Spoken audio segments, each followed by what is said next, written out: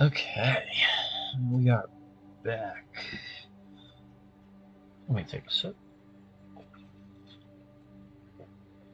Alright. Here we are again with a little bit of Gruul.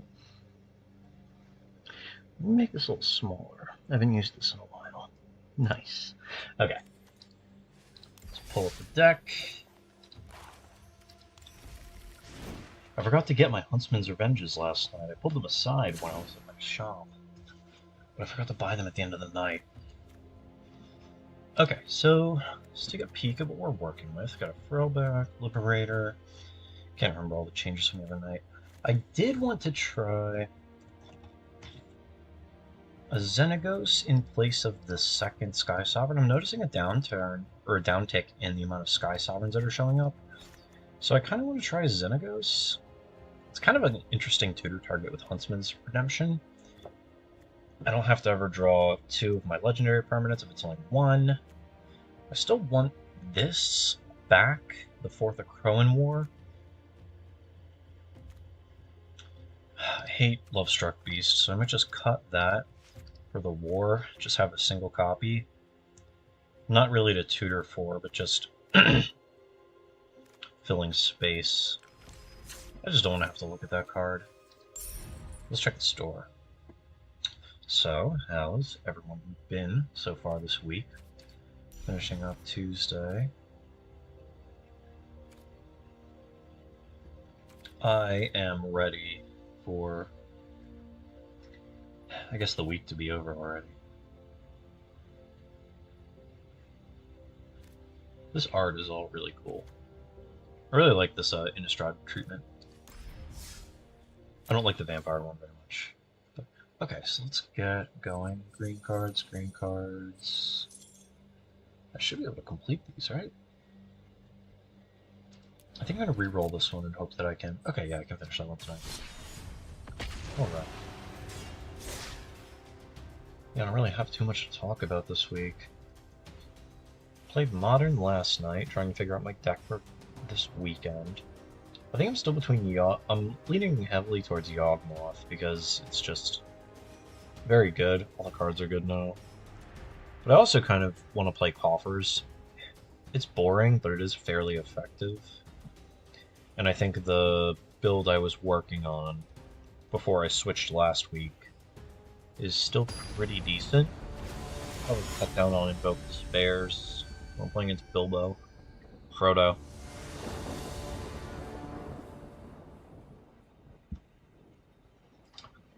We are gonna play first. This hand is extremely mediocre. I am first. I'm drawing pretty live off the top, and I have an Crowan War. It's pretty aggressively mediocre, but there is a lot to like in this hand, and I have a lot of life loss. Being on the play with Elf, I think, is just good enough because it's not like I'm completely devoid of follow-up. Probably couldn't keep this hand if I didn't add Giganta in, so as of like 3 weeks ago when I forgot Giganta. Thoughtseize, okay. You have 1 card. And now I can just draw 3-drop off the top. And... disappointed. I don't think this is a... okay. Sacrifice... I don't think this is a sacrifice an elf time. I probably could have, but once again, there's no stop when you have this card. They really need to add one, similar to the Shieldred stop. I think I'm just going to decline. I'm considering besaging the Bank Buster, only because it might get out of hand. I think I might do that. Channel, destroy this. I probably should attack first so I can get Fatal Push mana. I think I'm just kind of throwing some stuff away here. So it turns out they don't have it. We're going to put this in tapped. Next turn, I can Bone Crusher, cast Bone Crusher, which isn't nothing. Okay, so they're trying to, I guess, attack my mana base. I'll put a mountain to play. The rest see nothing. I wonder if they're waste not. We're going to target here and here. Attack for 8. They're at 6. So what do I want to do here? Stomp, stomp, or just cast Bone Crusher? I think I'll... Alright, well I wanted to play that on the green side, but I double-clicked. But I'm going to just play Bone Crusher normal. Hold other things. Red cards and green cards. Meat hook, that's protection.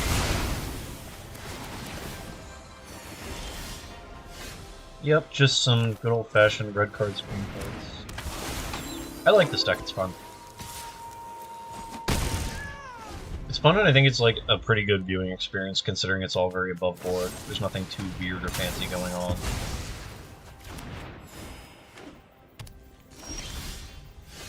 Okay, so I think I'm just gonna... I can't continue to not present threats, and I think Stomp is pretty soft here, so I'm just gonna play Bone Crusher. If I draw a land, I get to possibly kill them the following turn. They're taking 3 here, that's a lot.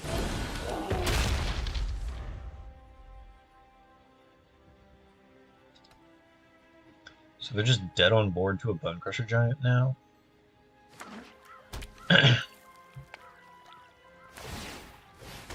Okay, they're looking for probably anything. If they play a Shieldred now, I can have Crowan War it. I think I have to discard the Xenagos. Because now if they play a Shieldred, I'm not just dead. Okay. Alright, so they're black cards and black cards to my red cards, green cards deck. So I think I can bring in Clothis here. I think Outland Liberator might be worth having access to. Obliterating Bolt comes up short for Shieldred. They might have Graveyard Trespasser, but I don't think I can do a ton about that. This is going to be a put Lovestruck Beast, get him out of my sight kind of game, and probably cut down on Crowan War, leave 3 in the deck just to be able to take Shieldreds. Just register that. Also, I think the wrong Giganta is showing up. I have the Multiverse Legend one in the companion slot, but I thought it was the Ikoria one? Yeah, it's the Ikoria one. What's up with that? This hand is bad because it takes no game actions. It is, I guess, pretty good against Thoughtseize because there's only one target. And I'm on the draw. I have Manlands, Fastlands, I have Mutable. They cast like 2 discard spells last game, so I think I'm going to keep this just because I don't want to mulligan too hard against what I assume is a Waste Not deck. I think if I didn't have 2 Manlands and a Companion, I probably wouldn't be able to keep this. So now I've naturally drawn all of the Copperline Gorges and a Lair.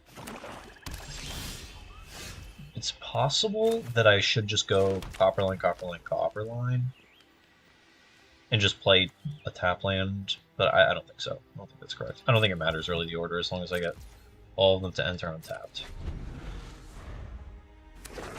Just very awkward. So it looks like they probably have Shieldred's Edict, but I don't think I can necessarily play around it. I have to like continue taking game actions. Maybe I can put the Giganta in my hand, but then I have to discard the hand size. It's probably better to discard the hand size now than later. I think I just have to like start running through their resources and hope that they Edict the Stormseeker, play Shieldred, I get to a Crowan War the Shieldred. Because I don't really want them to... I don't want them to Edict the Chariot if they fail to cast it.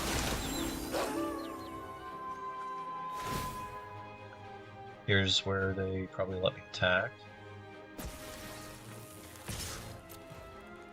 And then they Edict.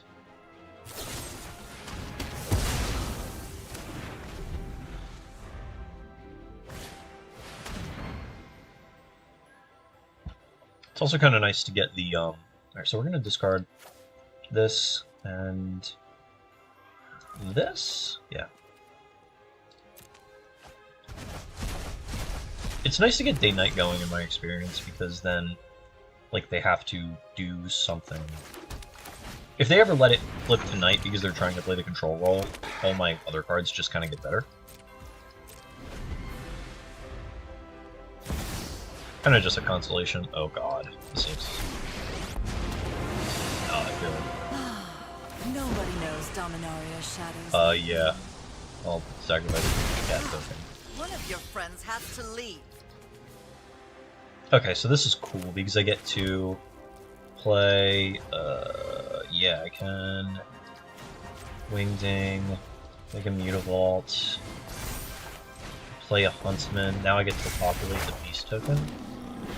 I'm going to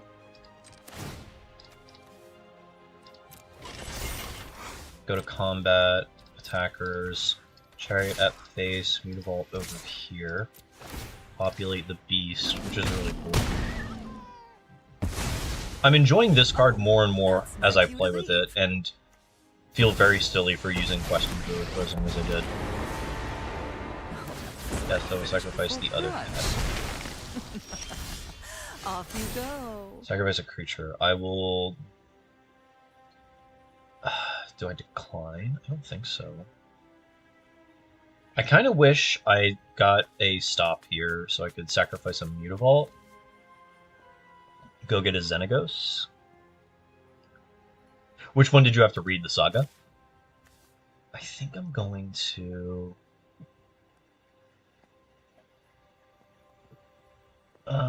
what do I want here? I think... No... what do I want? I think I'm just supposed to decline, actually. I don't think I can give up any of the momentum. So I'm gonna play Pathway. I'm going to cast Bone. I probably just have Lethal here and I'm overlooking it. I'm gonna cast Bone Crusher.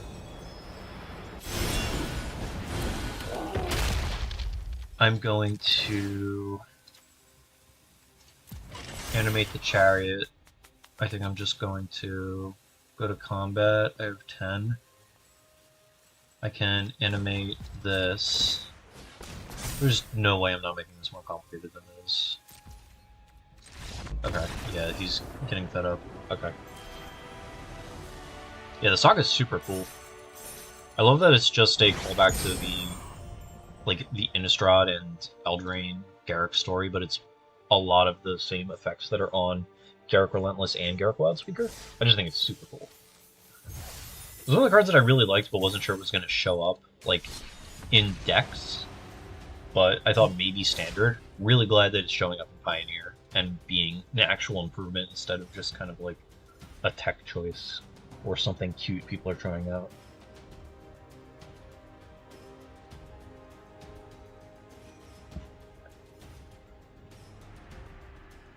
Yeah, really, really well designed, really awesome. I think it's kind of stinky that the Chapter 3 is a little dissynergistic with the Chapter 2, where if you sacrifice a creature, you have less creatures in play for the Chapter 3, but I think the idea is basically like, almost like a Birthing Pod effect, where you sacrifice it and you play the creature you're about to tutor for. I'm going to keep this. Seems pretty good. Draw a single land, and I think the hand is pretty strong. It lacks a little bit of like top end, but it has a lot going on. I'm going to be able to get to play a lot of my cards. Giving Trample in this deck is like a lot better than I kind of would expect. Because it feels like a lot of my Trample is too conditional. Okay, and they're a Hallowed Fountain deck. I don't know how this matchup is supposed to go. I assume it's poor. Maybe not that poor. What am I going to do here? I can play... Yeah, Trample's huge. Especially like +4. Since it's spread across 2 bodies, which is really great. I think this might just be cast Bone Crusher Giant. I think I'm gonna play Boseiju as a land, and then play Bone Crusher. Give it haste, attack with everybody. If they counter the Bone Crusher, I get to target the Mystic instead. Yeah. We're gonna go to combat. Because I think it's better for me to just shove 6 damage here instead of play the second Mystic. I can try to go for the Chariot play. I think I'll do that. It's pretty high upside. It plays into a 4-mana Wrath, which might not be ideal. Gain them 3, trade a card, back again. Now I'm in kind of a bad spot if they just get to Wrath. Emperor is pretty good on just this 1-card slasher. I hope I draw another what's his face. Okay. So I'm gonna play my land. I'm gonna attack the Emperor. Is there anything else I can do? I can animate a lair, but I kind of want to maintain some amount of pressure. Maybe I play Mystic by Gigantha. That seems kind of bad. It might just be Thrill Seeker, put 3 counters on Mystic, attack face, use Thrill Seeker to kill the Emperor. I think I'm going to try that. We're going to back up here. I'm going to go to combat, attack this. Fling.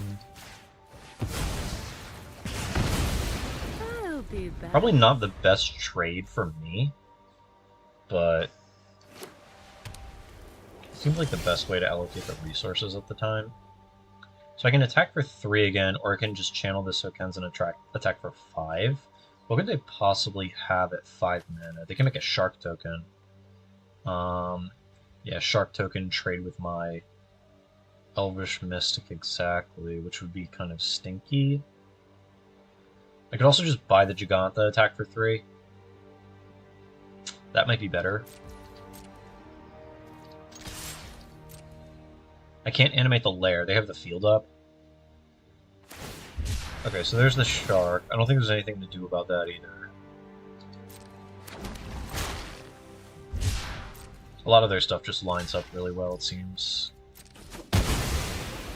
So I will play a Mystic, buy the Companion.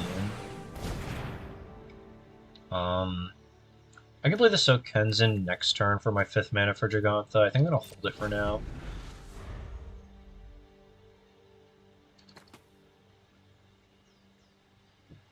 It would be nice if they could oblige me and just play a giant creature that I can take, but no one's perfect.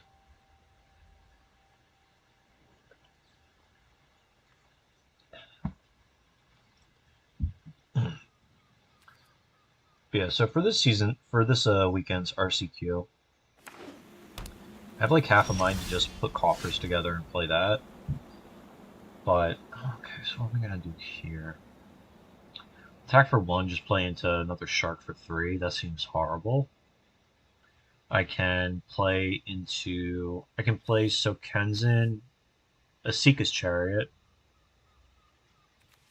which I think is what I'm going to do because it plays around Make Disappear. It forces them to have like Absorb or Dovin's Veto. I haven't really presented a good Dovin's Veto target yet, so any that have been rotting in their hand can just suddenly be live. I think I just have to play the cards that I have access to that are possibly good in the matchup and allow them to make those things live. I am going to play this like this. We're going to go red, green, colorless, green. I can play around Make Disappear. If they have Absorb, they have Absorb. I get to attack for 1.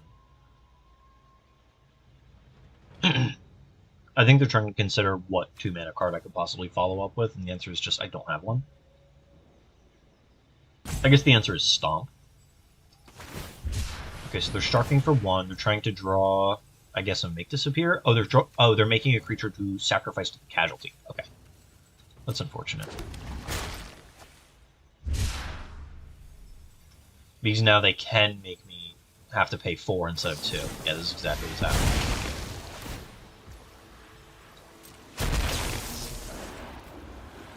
This is going to be a decline.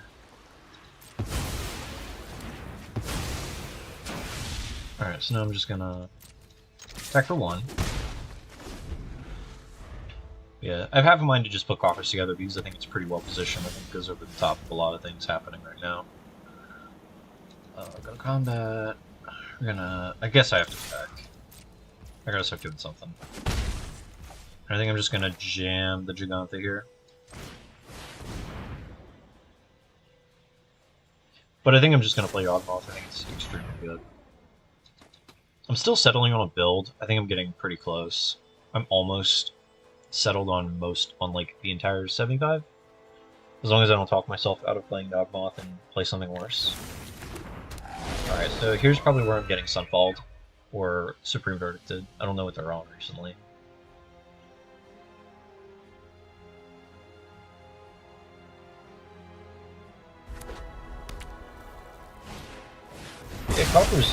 Coffers is really good. Oh, this is so bad. So I can make them blow the Field of Ruin and try and let Mutabolts be live later in the game. I don't have anything else going on. And I can go get a basic forest off of the Field of Ruin. So I'm going to animate for X equals 3. I don't think they're ever going to tap out in any meaningful way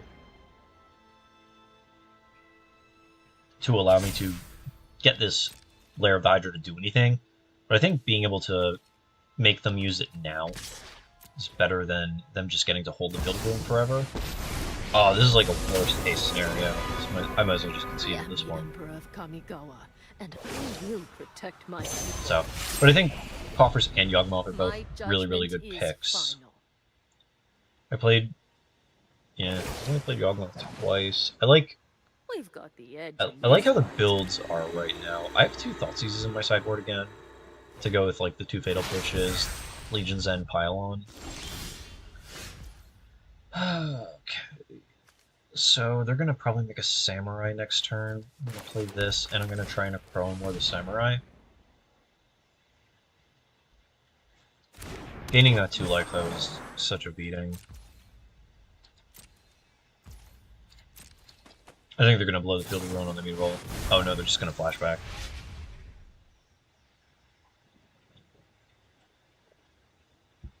I have like possibly 1 slot in my Yawgmoth sideboard that can be a couple of different things. I'm not sure what the best option is yet. There's a part of me that wants to try a Scavenging Muse again, because I think it's good with Cauldron, and I think the card, like the card's effect on multiple creatures, might be pretty good. Or it can be something like a Plague Engineer, or it can just be the second Elvish Chorus, or Elven Chorus. Yep. We must protect the So what did people. they foretell? That's probably a Doomscar.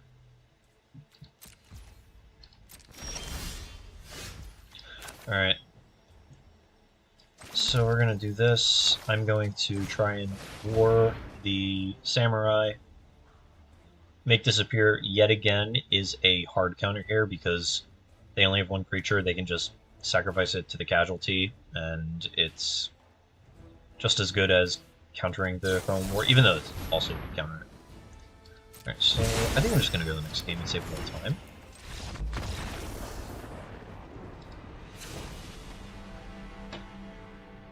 Okay, so the Chrome Wars are really bad here. I might just cut them all. Bring in a Liberator. Bring in a Clothis.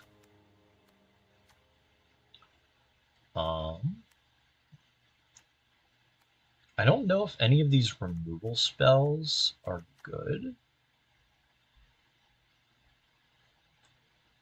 This is definitely a problem with my sideboard where I don't have enough stuff for the control matchup when I board out all the Crone Wars. I could board in Rending Volley to try and tag Teferi and Emperor, I guess? That seems very reactive and very not where I want to be in this matchup. I'm not certain. And all their creatures have vigilance, so the Chrome War's even worse, even after goading them. I don't think Gruul Charm has any abilities here. Maybe I bring in Hearse just because it's a vehicle? And I can attack the Memory Deluges? I'll try that. It has to be better than the Chrome War. Just kind of sits there and rows, eventually run them out of removal. Attack. Okay, so we're going to play first. I have not a lot going on in this hand. I don't think I can afford to draw one more land, so I think I have to mulligan this. Also, I get to put the basic back in the deck. This hand is also really medium. Very unimpressive, but I can just kind of go put 3 things into play. Like, I have a lot of stuff to just put on the table.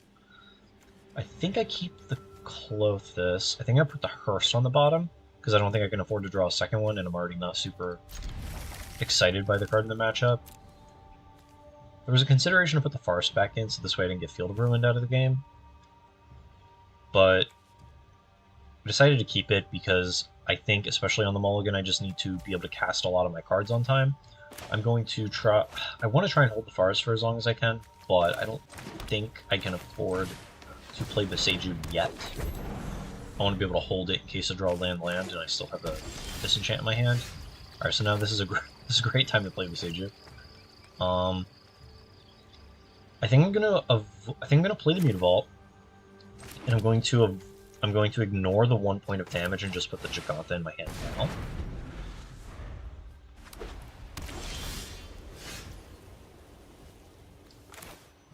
I have to hope they don't have a 2-mana removal spell. I think I just can't really waste more time. I have to try jamming the Chariot, no matter how ugly it is.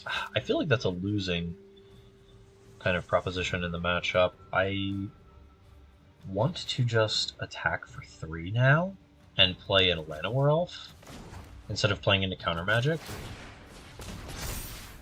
I'm gonna try this approach. And then I'm gonna play an Elf. And I can play, if they play tap land, hold up soft permission, I can play around that with the Chariot. Okay, so there's the lockdown. So this might be a Boseiju. Okay, cool. I was gonna say this might be a Boseiju Lotus Petal moment. I think I'm just gonna jam Chariot here now that they kind of have this vulnerable, or they've put the shields down to tag 2 elves. I get to use this Boseiju potentially on a lockdown as well. It was either play Chariot or play Clothis. I think Clothis might just be less pressure. Okay. So what does this represent? They don't have an Emperor. They would have shocked. This might just represent Absorb. So I think I'm just going to animate the Mutavault, crew the Chariot, try and attack for 6. Make a token. Iganjo is very bad. I don't know if I can necessarily play around Iganjo.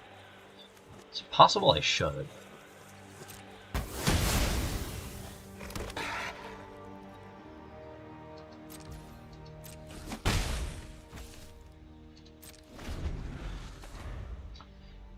Three cats is a decent amount of pressure, though. What are they going to do here? Sunfall me?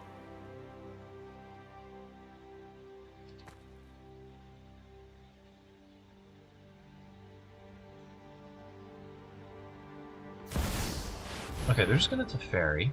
It's fine. They're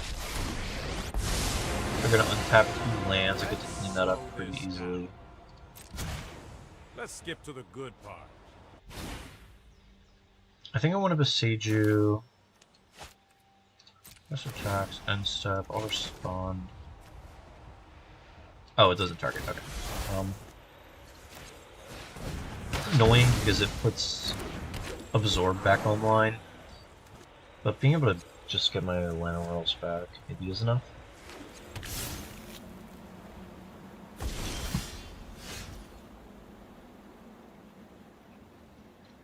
I can put Clothis on the table here, which is pretty nice. I'm gonna try that. Okay, so that passed through really quickly. So I'm going to animate Needle Vaults. I'm going to go to combat. 1, 2, 3.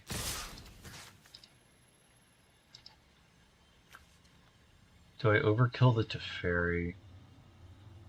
Yes.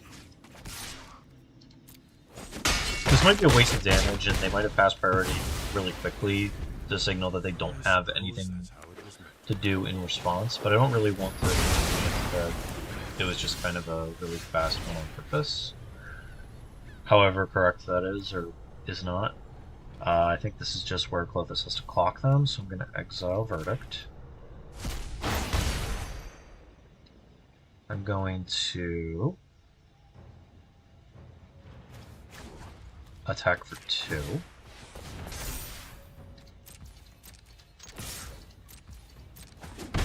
Looks like their hand might be a little soft. I'm going to play a tap land, and I'm going to play Atlanta War Elf. And then I'm going to end the turn. So now I can shoot them to 7, attack for 3, put them to 4, hold the Bone Crusher in my hand for a stomp. Teferi's pretty good here. They might talk with Clothis. If you show remorse, no. I'll show restraint. Hurry! So that's kind of interesting.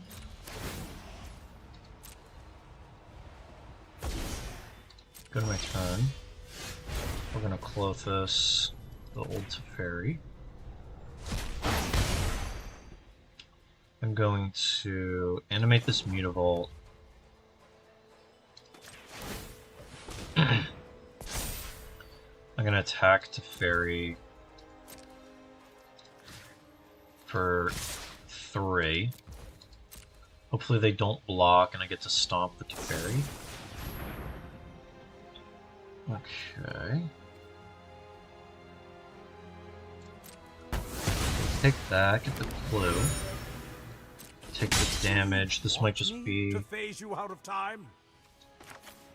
Okay, Mutavault. I'm gonna colorless, green. I'm gonna crack this and then... Okay. When do I want to stomp them?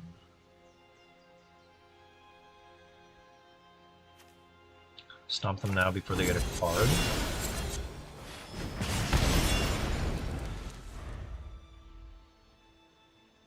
Yeah, for real.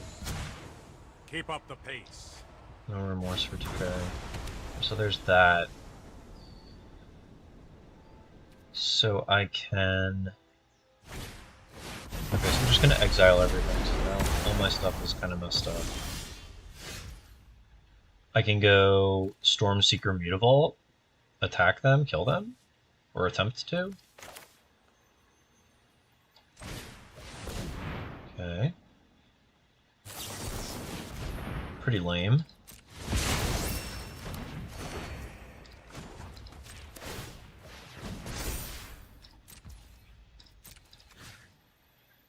I don't think I'm supposed to attack the Teferi. I think this is the only way I can win the game is if I just continue to pressure them.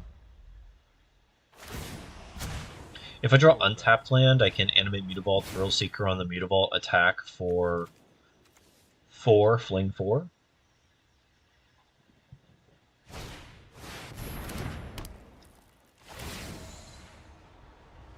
They have to have something like Memory Deluge in hand.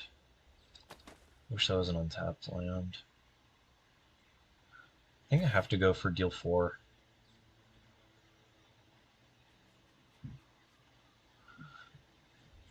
I wish I drew an untapped land. Animate.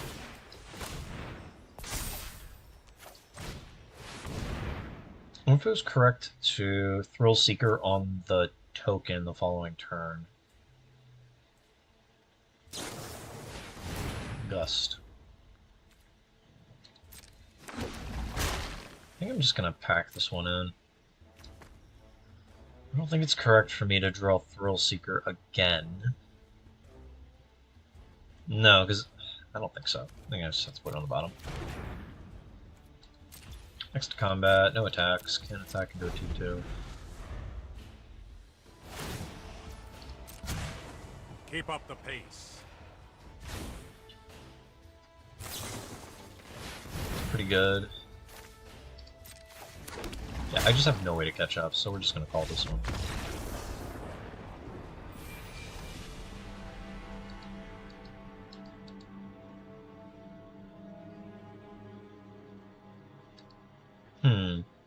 I think the matchup is just very bad.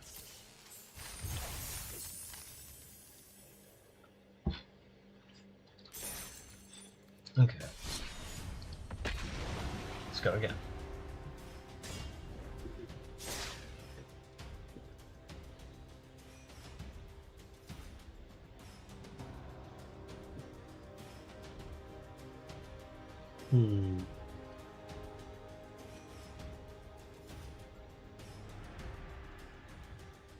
Oracle combo, huh? I think I saw this. Or I saw this before when I was trying to figure out what to do to win. It looks pretty difficult. It just looks inconsistent to me. I have to see it in action. I don't believe in it yet. But it is interesting. This hand looks pretty good. You have some stuff to do early. Some other cards like Seeker and Redemption. Got the War, considering we're on the blind. They've revealed a Gigantha, so it could be the Mirror, considering this deck did pretty well at some of the RCs this past weekend. So the Acroan War is going to be pretty good there, if that is the case and this is the Mirror. Purples and Forest, so it looks like it is. So being able to play here is pretty good. Play the Storm Seeker. Attack. I hope they block. Shame. They're out here thinking. Alright, there's a pathway, so they have a Storm Seeker as well. Attacking us right back. Play our Forest. So this is where I'm not sure if I'm supposed to Acroan Ward this, or play a Huntsman. I think I'm supposed to play Huntsman. Get this going. Make a Beast, then we're going to target this, so I get to attack for 6. I think I am supposed to forego 1 point of damage and play an Elvish Mystic here.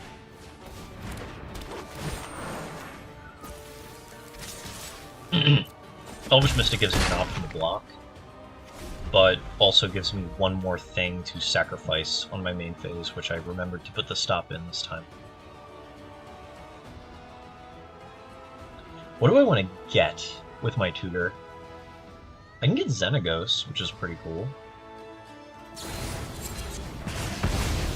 Get a Thrill Seeker?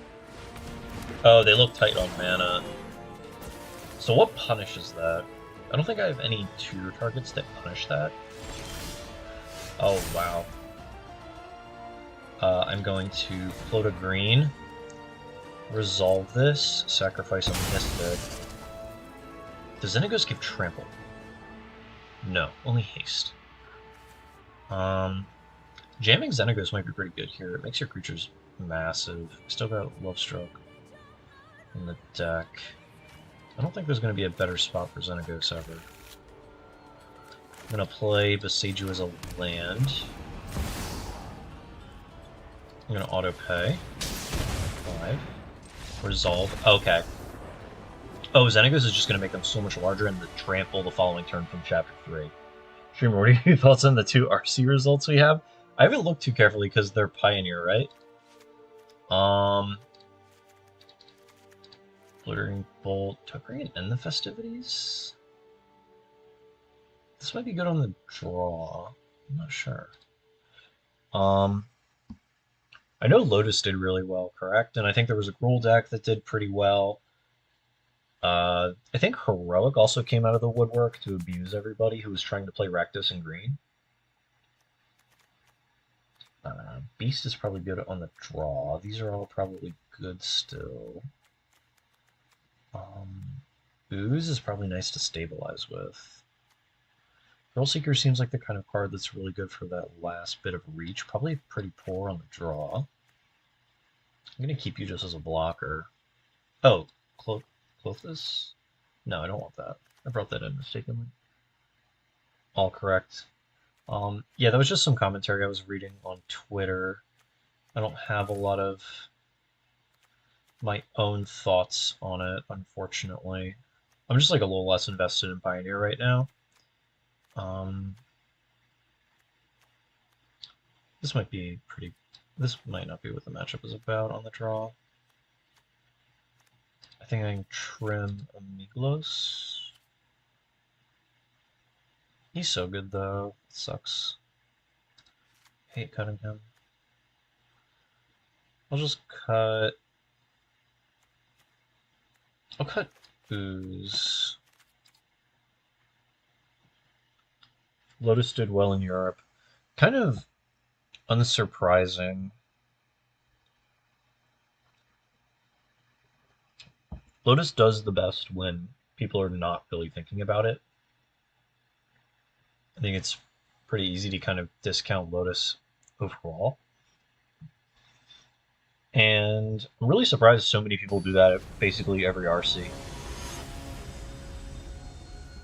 Everyone is aware that Lotus Field is a deck that exists, and it's extremely good when played by extremely good players who are prepared and in tune with what's going on. How good is this hand? I get to go turn 1 Mystic. Did I bring in my End the Festivities? I think I forgot. I think this hand is not good in this matchup. I'd probably keep it against Rakdos. This seems good. It's actually have something to do on turn 3. I can put Stomping Ground on the bottom in the hopes that I draw a land to make the Seiju live. I don't have double red. I'm going to keep. We're going to put Stomping Ground on the bottom.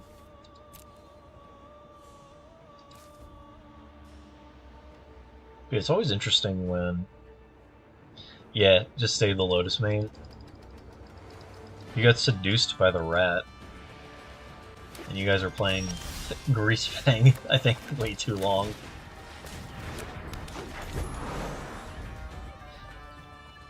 Yeah, I think as it stands right now in Pioneer, learning 1 or 2 decks and just playing those for a long time seems like the best bet. I don't think that's like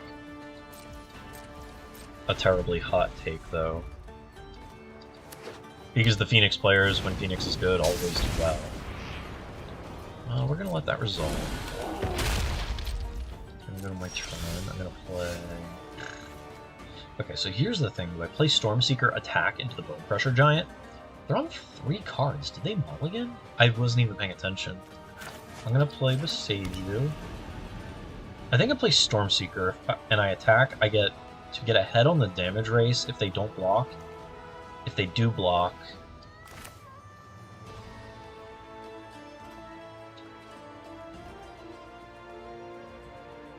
Yeah, I'm just gonna do this.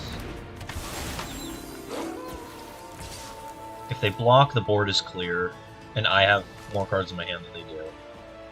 If they don't block, they can go land a Crowing Board, take the Stormseeker, which is pretty bad for me.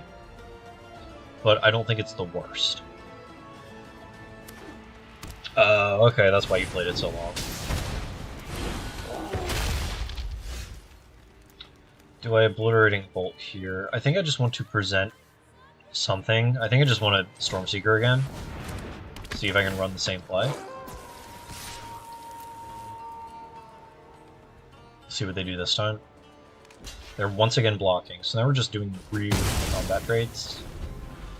We'll see if they play anything reasonable.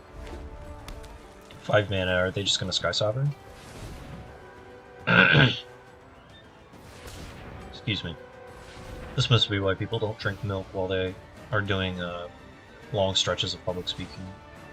Okay, so we're just buying Gigantha very selectively, probably to attack the Mutavault this turn as well. Which is fine. Okay, so this is a very, I guess, lucky draw, because I just get to play the third werewolf of the game. Attack, and now my following creatures are going to be very good. Thank goodness I kept free lands. Alright, so there's Gigantha. No attacks, of course. I'm going to...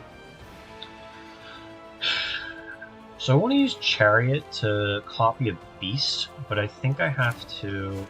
I'm going to play this as a land. I think I'm just going to run the first Chariot into the Gigantha.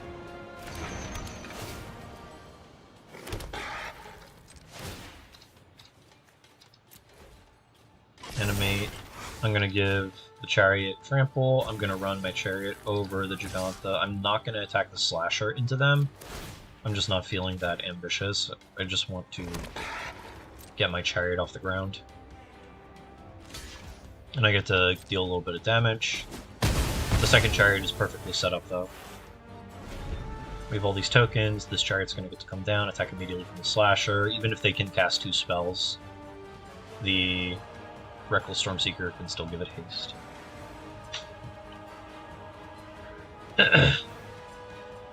Yeah, I think I'm just going to continue playing green and Gruul. Okay, so there's that.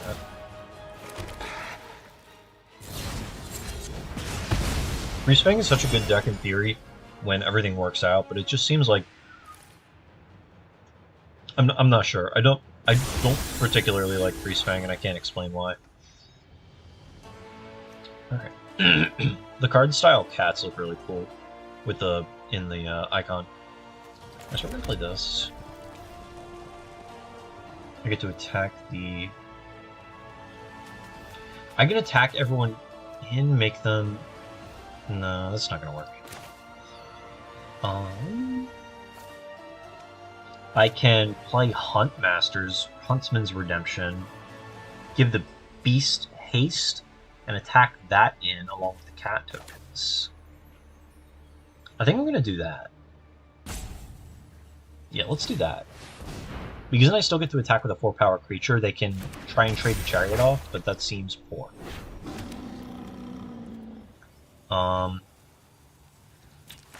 We're gonna give the Beast haste. Combat. This should get 4 damage in regardless.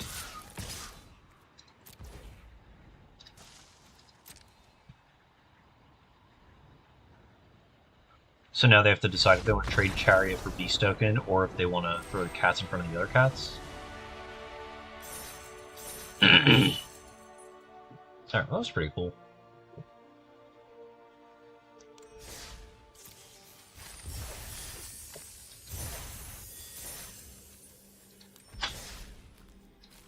Let's open a pack. Candy Trail, Witch's Vanity. This card's pretty cool. I like this one. I like all the effects it does, and it really kind of plays into all of the parts of the set where it kills someone coming down, so 2-mana kill spells are pretty good. It's an enchantment for bargain. Makes a lot of things you can bargain with. Makes a food. Makes a wicked roll. 2 major features of the set in regards to mechanics. Just supports everything really well. I like this card a lot. I don't know how it plays in the limited format, but just design-wise, this seems to kind of encapsulate the entire set. The only thing it's missing is Adventure, which apparently is, what is the word they use? Deciduous comes back when they need it. Because Adventure is on the Kellen card for the Ixalan set. I don't know if that's because Kellen is native to Eldraine, or if Adventures just come back whenever they feel the need to bring them back now. Imodane the Pyrohammer. I don't know what's going on with this character story-wise and why their left arm looks like that. Whatever it is probably interesting. Not to be confused with the Recruiter, which apparently is a menace. Card is so good and limited. The which one?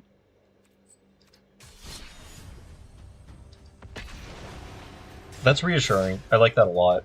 if the Witch's Vanity is good in limited and, in my opinion, encapsulates a lot of what the entire set is about. I like that.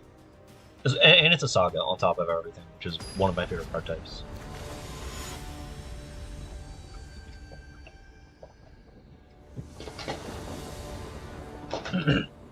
Oh, on the subject of Yawgmoth thing, I was playing against Rhinos last night with Yawgmoth. Oh, this hand's really good.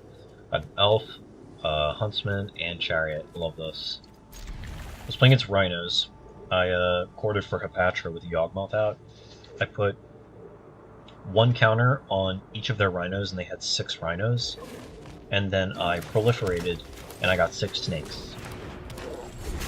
Which is really cool, because I put a -1 counter on all of their creatures. With the single proliferation. Didn't cost me life. So then I just got 6 Death Touch snakes. I need to order more. I need to order more dice, so this way I can differentiate all my stuff. Okay, so here we go. I'm just going to play Huntsman's Redemption. I'm going to put my stop. Invasion of Ixalan. Okay, so I think what I'm going to do here in my main phase... Oh, no! Okay, it took my stop off for some reason. Yeah, 6 snakes was so cool. So what I'm going to do here is I'm going to float this mana, I'm going to resolve, I'm going to sacrifice this Elvish Mystic. I'm going to go get... I'm either going to get Thrill Seeker to shoot the elf for 1, or I'm going to get Bone Crusher Giant to stomp the elf, because they seem like they're a little choked on mana, considering they didn't play a 3-mana card on turn 3. They had to find the Kiora. So I think what I'm going to do is I'm going to get the Bone Crusher, so I can find the removal spell. I'm going to get to play Elf with that green mana, so I'm kind of pseudo-cycling. And then I'm going to stomp Elf that I got off that. I'm going to take a stop off. I'm going to play this tapped, and I'm going to attack the 3.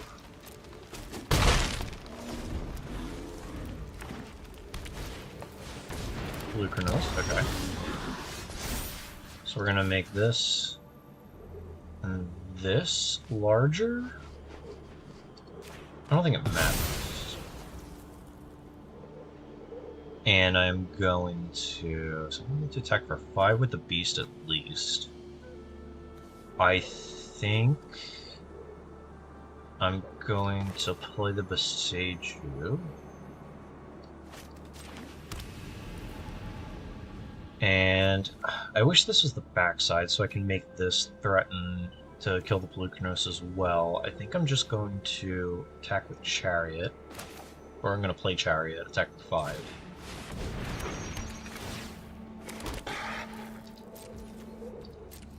I think it's just 5 here.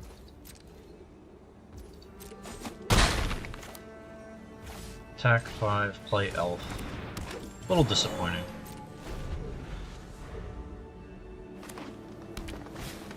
There's Kiora, so this is going to be able to make 2 mana, or at least give the Pelucanos Vigilance. That might be the play, is just give the Pelucanos Vigilance. Great day to fight. Wow, not even doing that. So they're foregoing attacking into the invasion. Okay, go my turn. We are going to... I don't think there's a point in kind of like sandbagging things and hope that they... Okay, so we're gonna... Storm Seeker.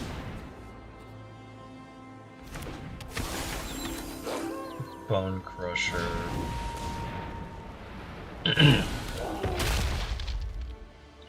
I think I'm going to crew the Chariot with the Storm Seeker and a cat. I'm going to give the Bone Crusher haste.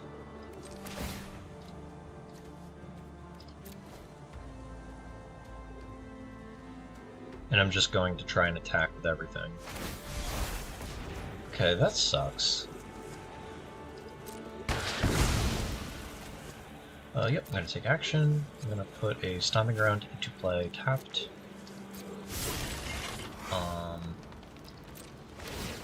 We're gonna give this power. I can threaten the Kiora, because I don't really want them to untap with the Kiora. So I can just attack everything at that. I can attack all of these over there. They trade the Pelucranos off with the Bone Crusher. That's pretty good for me. If they decide to eat the beast, the Kiora still dies. And then I get to have a blocker still for the invasion if they decide to take no actions.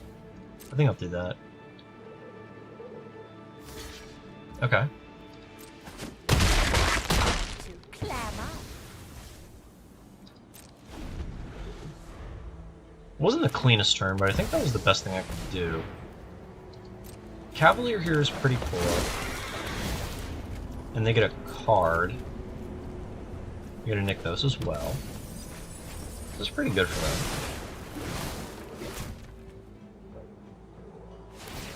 them. Untap that. They have 2 mana. What is that gonna do? I guess be a Boseiju? Go to my turn. So I can play Stormseeker. Make an elf into a 2-power creature. They block here. Or they'll block the fresh Stormseeker at 3 power. Take 3, 4, 5, 6, 7, 8, 9, 12 exactly. And I can animate a Beautiful that they can Boseiju. I can make this into a large creature. I think I just have to go for this first.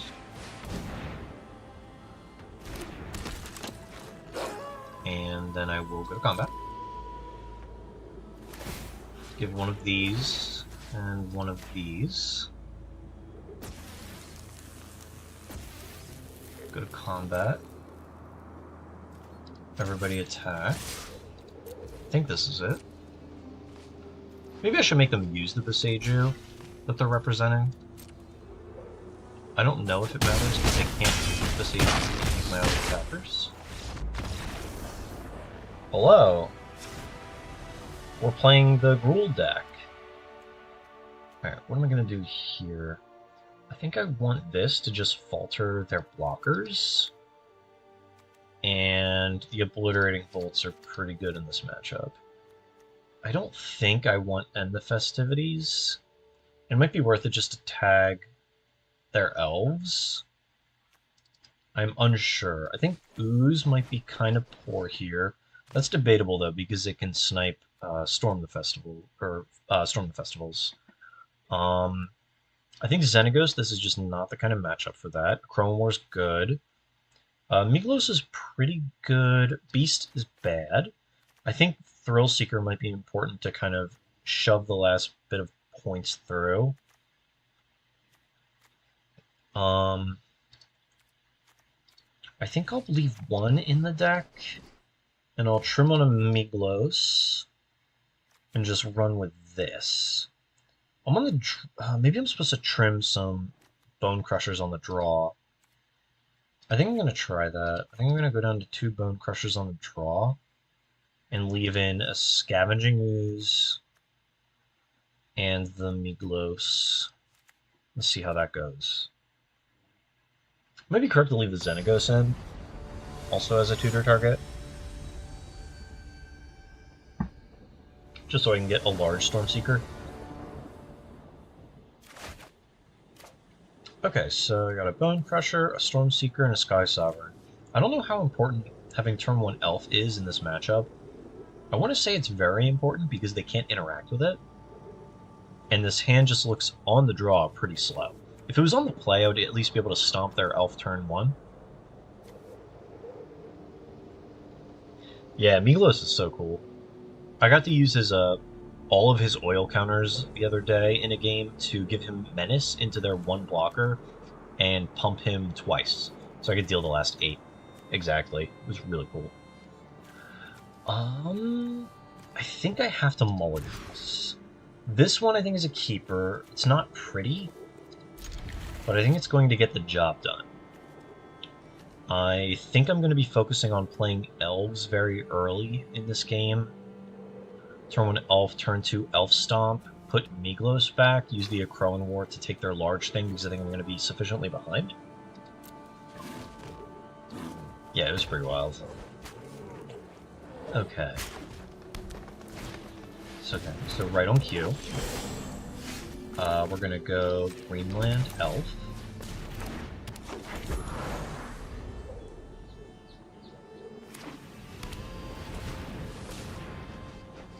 Okay. Oh, Haven, sure. Haven, other elf. I hope I brought in the end of the festivities and draw it. Okay, I did not. But that is okay. I can keep them off some amount of mana. If they play a land, they get 2, 3, 4, 5, 6. So I can keep them off 6. I can't keep them off... we're gonna stomp. I can't keep them off 5, which means I can't keep them off Cavalier. So now they can go Kiora, untap the double land, play Nykthos, don't really grow their mana, but stay consistent. So here's the Troll. Right on time, but I have the Akroan War to take it, which is not nothing. So I'm going to do that. The following turn I get to play Chariot so I can Gruul. Wish I had a Forest. Yeah, I'm gonna take the Troll.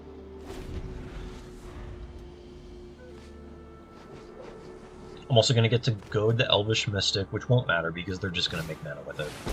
Okay, so here's a card that I haven't seen in a while. Nissa Who Shakes the World. It's unfortunately not the old border one. If I draw a land, I get to Sky Sovereign the Forest, which is pretty cool. So I'm hoping to draw a land here. Okay, well that's kind of cool too, I guess. Do I take the Troll or do I take the Forest? Or do I still play the Chariot and take that later? So I can attack the Troll in first. What do I attack? Do I attack the Kiora or do I attack the Nissa? The Nissa's just going to continue to be a problem. It says haste, but they can just kind of block it. I think I want to see if they want to trade Trolls first. So I'm going to attack with Troll. Kiora is less important now because they have so much mana with Nissa, so I think I have to go after the Nissa. Alright, so we're going to attack like that. If we trade Trolls, which I thought... I don't have a Forest, but I don't think they get to have both of them. Okay, so now I get to take this Forest. They have Vigilance as well, which is pretty bad with the Chapter 3 of Akroan War. So this gives me 5 mana for next turn. Because I get to take the creature. Or the land creature. Yeah, that's fine. So I get to... so I get to Sky Sovereign, whatever they decide to animate. They're running out of resources, too. Yeah, I'm gonna kill that. Alright, so I drew another Akroan. Oh, cool. I get to kill their elf. That's pretty nice. So I think I'm gonna Sky Sovereign, kill the Forest. They get to make the Troll token. But that still frees up my Akroan War for later in the game. So yeah, we're gonna Sky Sovereign here. Oh, I can Thrill Seeker on the Forest attack. I like that. I think I'm gonna do that.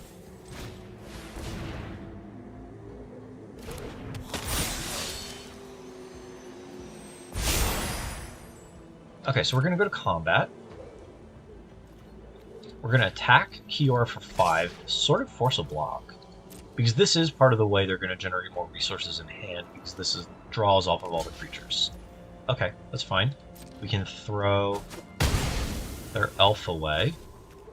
And I get to make a mana with this and fling it at the Kiora.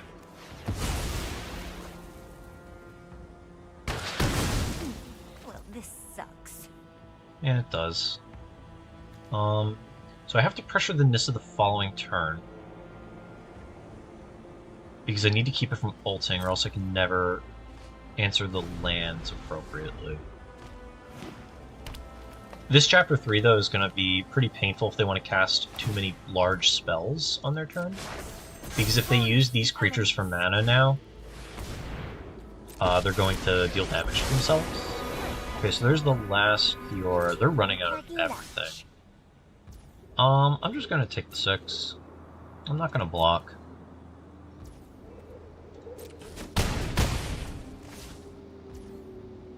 Go to my turn.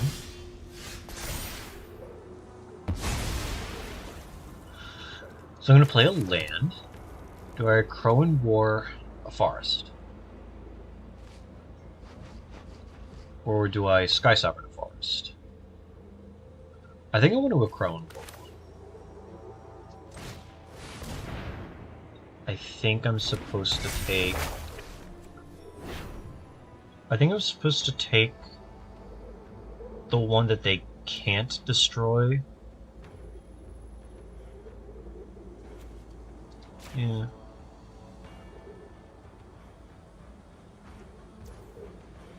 So I'm gonna go to combat, go to attacks.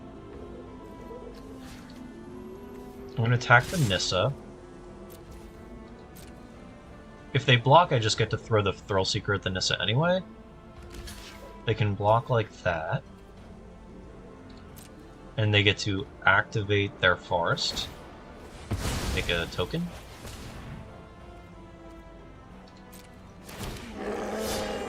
Oh, that's right, the QR gets a trigger, that's so cool. Okay, so I get to put them down, put the Nissa down a point, and then I get to pass.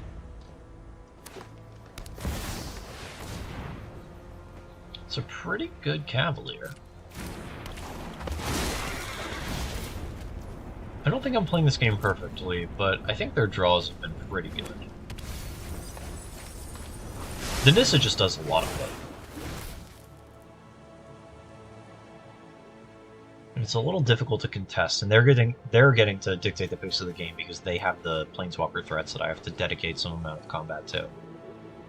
And I felt pretty on the back foot the entire game. I think I'm beginning to stabilize. They're untapping this, so they probably have something to cast in hand. Oh, it makes 3 mana. That's right.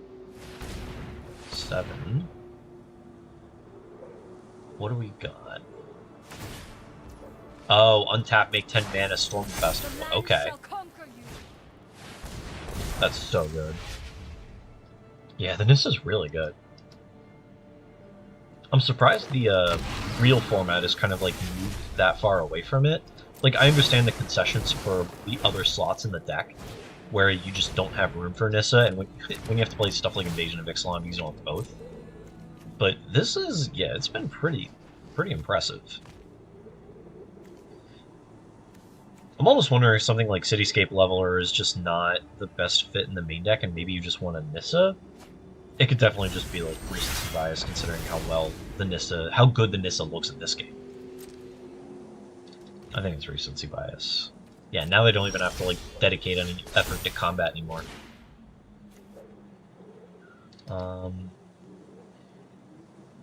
So I still have to contest the Nissa because I can't let these things become indestructible. If I kill this, I guess they can search for forests because they're not animated, as long as I can kill this. I definitely want to attack with this land. So I'm gonna go to combat. I'm gonna attack. I'm gonna attack Kiora.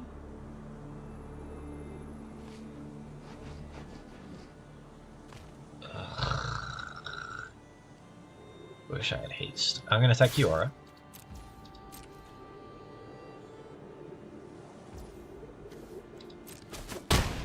go to Drop 3. for drop. Then I get to play Sky Sovereign, deal 3 to the Kiora. Feel like fighting anyway. I get to put a stop on my next main phase so I can float mana with the Boseiju.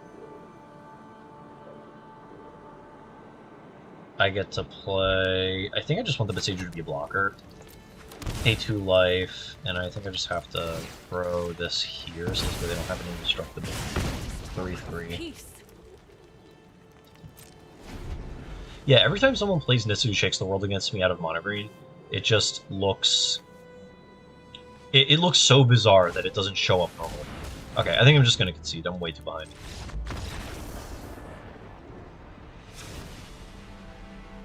Okay, and I did not bring in the end of festivities. I'm going to bring in those guys. I'm going to bring in the Thrill Seeker way better in this matchup than I thought, just off of those situations that I got to see.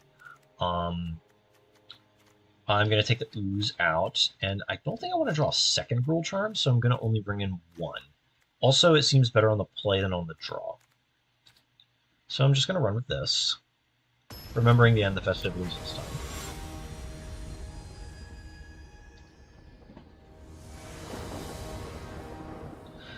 Okay, I'm going to go first.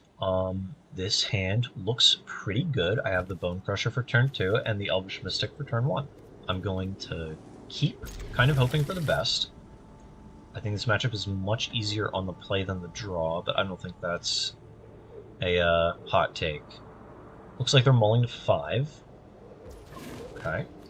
So if they lead on an elf, I'm assuming they're either an all-mana hand or they're a hand that is very dependent on the elf. If they're a Wolf Willowhaven hand, it gives me the opportunity to just play a guy on turn 3. I'm going to shock this in red, stomp the elf, prioritizing here, getting in for 1 over conserving my life total in any way. Okay, it looks like they were also a light green hand. What do I want to do here? I want to establish the Stormseeker, I think, attack for 3. Just making everything else faster.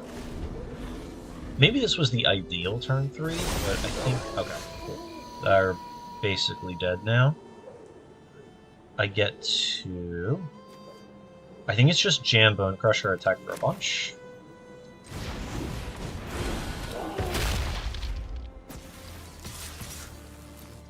I'm assuming they have something like Pelucranos or Old Growth Troll in their hand that they can't cast. Okay, cool.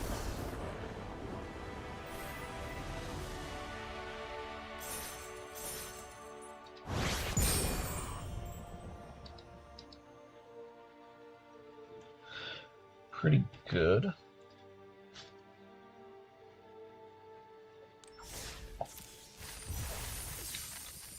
On the subject of the Nissa Who Shakes the World, I'm very biased. I really want it to be playable in mono green because I have the old border versions.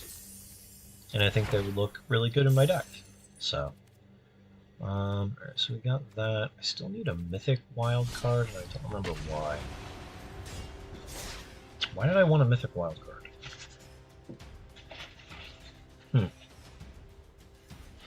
Can't remember. The one thing I'm hoping I get to do this weekend while I'm playing Yawgmoth is I really want to give a Hepatra Snake token the Walking Ballista ability with Cauldron, so I just get to deal something 1 damage and kill it. I think that's cool. I don't think I'm going to get to do that because that's a really specific sequence, but... this hand is bad. I have 1 land. And I'm even going second. So this is even less usable. This might be a little cute.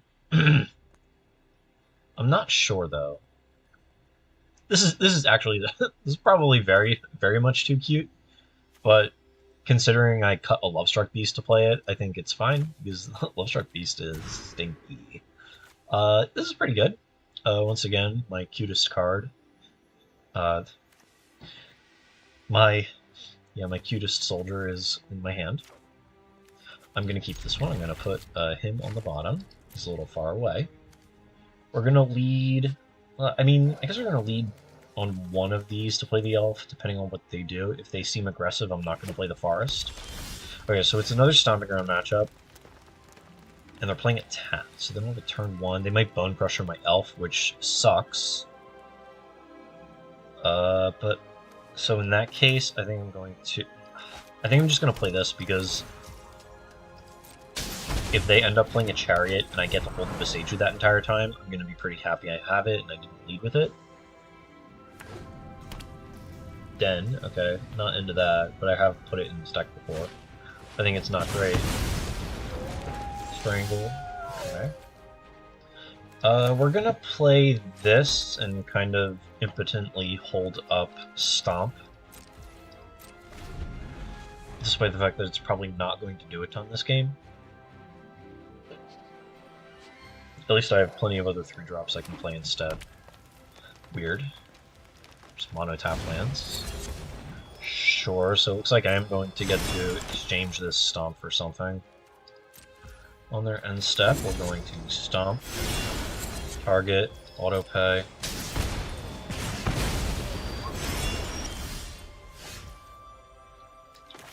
Finally, unfortunately, needing to play the Beseiju, but I get to pretty freely play the Stormseeker. Target itself, attack.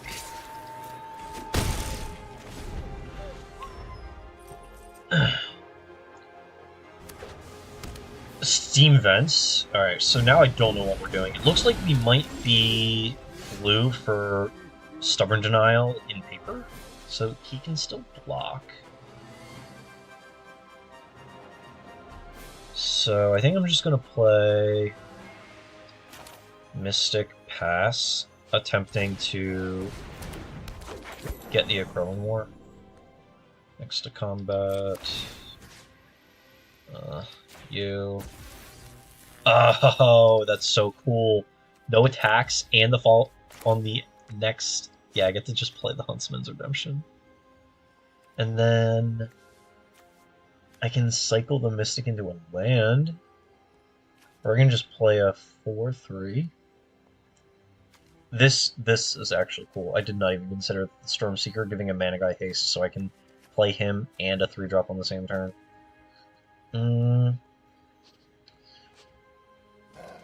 I think I want to play the Bone Crusher. Awesome. Oh, that was cool. This Gruul deck rocks. For a deck that's all 3-mana guys who attack and block, this deck is so cool. Okay, Fable and a basic island. Are we Creativity? Or are we the 3-mana Luca deck? Yeah, we might be like the 3-mana card Luca deck. I can take the Beast, give it haste attack. I can take the Shaman attack. I think they have enough mana because they have 5. They have 5 mana. I can probably take the Beast because the Luca is supposed to put a 3-mana card into an Atraxa, and if they have the Shaman in the deck, or the Shaman in play that they target with the Luca, they can whiff on the Atraxa and find something like a Beast. So I'm going to a Crow and War, auto-pay, take the Beast. The Elvish Mystic gets to count as the 1/1 for the Lovestruck Beast, so I can give it haste with the Stormseeker.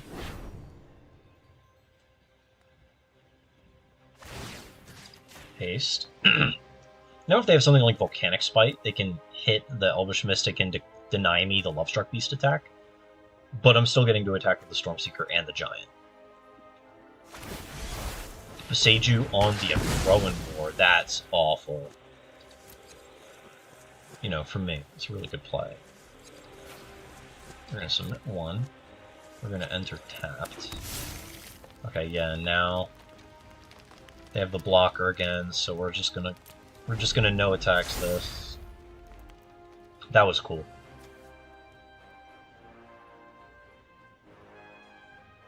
Now I'm probably gonna draw a land off the top too.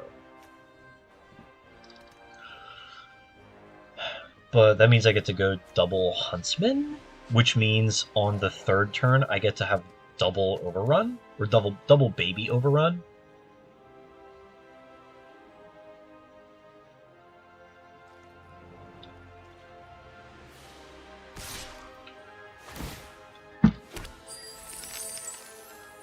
So I think I'm going to block here, so I can at least tax their life if they're going to trade Shaman plus removal spell. And I think the block is kind of free. And they did not discard anything off the table. Lear, what is that going to do? Let me cast a second Strangle on the Reckless Stormseeker?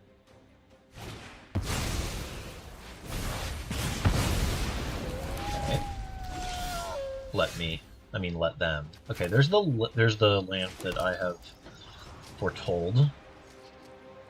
So this might just be, because they have nothing else to cast in the graveyard. This looks like it might just be like Rug, Toolbox, Guides, which is pretty cool. So here's Huntsman. Setting up consecutive overruns. No attacks.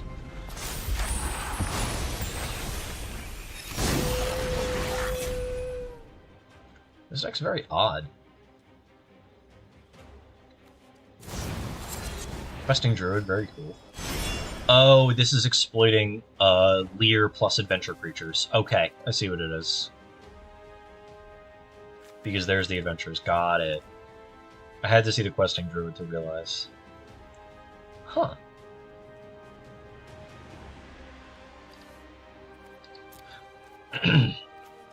Well, I guess it looks a little better than Collected Company. So what are we gonna do here? We're gonna play Balluna as a 4/4? Balluna as a 4/4 attack? It looks like it's getting very difficult to come back. Ooh, the Questing Druid gets to count as a 1/1 for the Lovestruck Beast. Okay, so we're gonna unsummon a token. Do I want to sacrifice a creature? I'm gonna hold control here because I'm gonna try and float mana before the second one. I don't think I want to sacrifice anything though. I probably should sacrifice the Mystic. I'm gonna decline the first one. I'm gonna float mana here. Resolve. I think I have to sacrifice this and just try and turn it into something better. Luna's spell size is pretty cool. Seems like the deck isn't full, super full. Yeah, I agree. But that was part of the problem when I was trying to build the adventure deck. There's just not enough. It's really awkward, to be entirely honest. It was just a struggle to even find ones that were remotely playable. Then it's like, do you want to play Edgewall Innkeeper and Lucky Clover? Because they're good cards. Can I finagle some sort of Xenagos Thrill Seeker turn? I think that's what I have to do. So I think I have to play this. Autopay. Resolve. So we're going to go to combat. We're going to make Bone Crusher Giant huge. And I'm going to attack.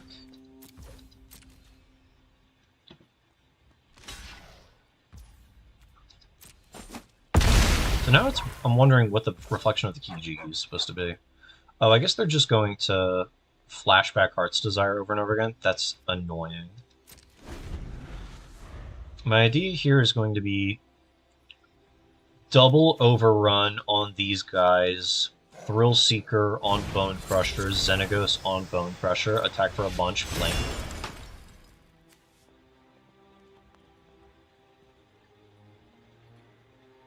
And I'm just kind of hoping that they don't do me dirty with like a Brazen Borrower.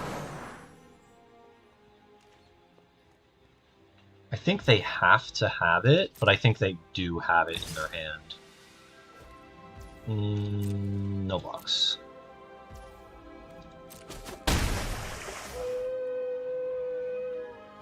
Either they're holding up like a reflection activation. A little weird. 1, 2. 1, 2. Unfortunately, I'm losing devotion. Okay, so maybe I Thrill Seeker on the Beast. So this way I can Xenagos on the Bone Crusher. I think that's it. I think that's the line. Divide up my damage a little better.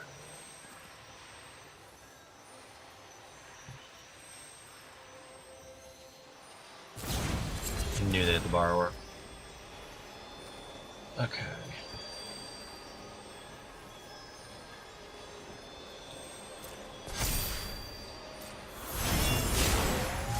Yeah, I probably shouldn't have targeted it like that. Next to combat, I get to double up here. Next to attackers, attacker 16.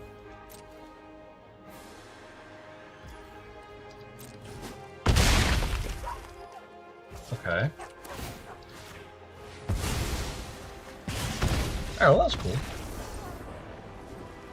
Yeah, their deck seems really slow to get off the ground. I'm not much better, though. I think I just bring in Obliterating Bolts, and that might be it. I think because they have Brazen Borrower, I can't lean on Klothys too much. Maybe this is fine, though, for cleaning up the graveyard. I could bring in Klothys and Frillback. Maybe I bring in the Hearse? I might be over sideboarding at this point.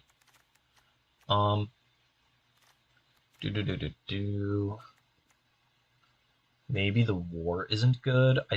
I think the War might be a bit of a trap here. I think the Brazen Borrower just undoes my work too much. Beast is, yet again, disappointing me. Hearse might be a little one-dimensional, but I think their entire point of their deck is Lear, is exploiting Lear with adventure cards, so I think I want to leave the Hearse in.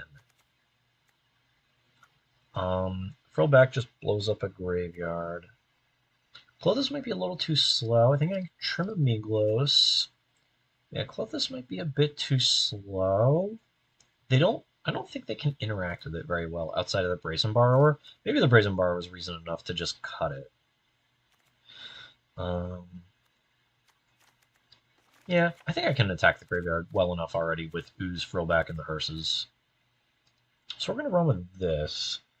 I'm unsure if putting the Wars in this matchup is correct, but I think they just have way too many ways to kind of undo it, and at 4 mana, it's too much of a just massive hit in tempo.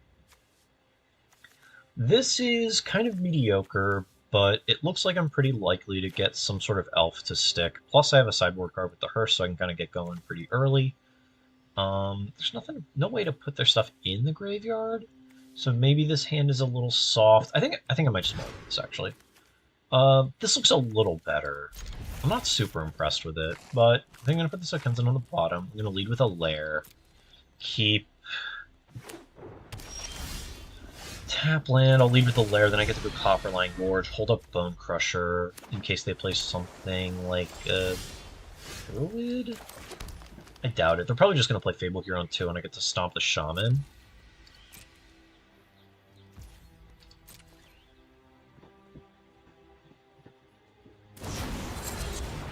Oh, Balluna Milling also works with Lear.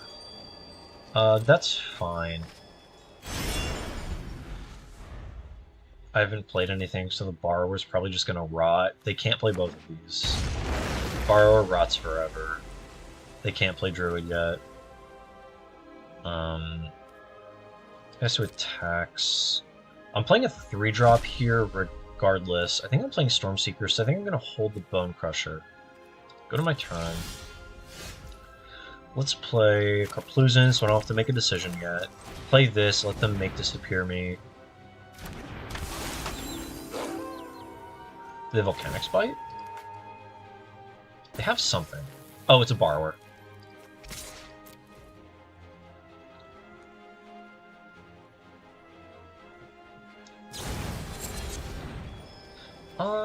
Do I put this on the top or the bottom? I like this card too. I think this card is actually good in the deck. The Lock Whale. It's weird because this deck doesn't have any permanent ways to answer anything, so I think I want to keep the Stormseeker on top. I'm not missing a land drop.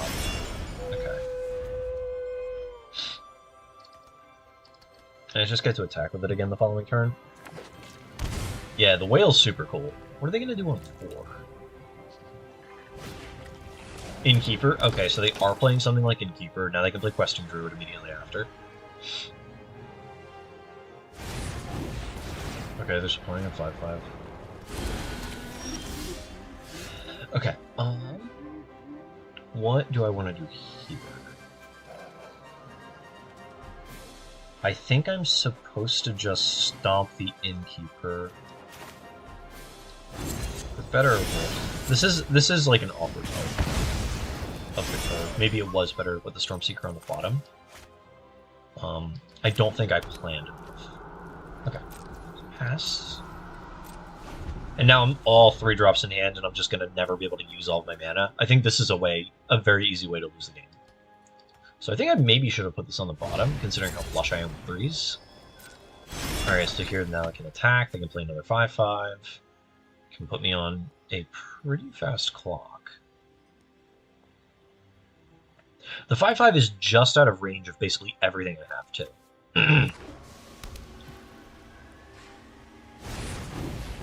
Okay, so here's the Druid, finally.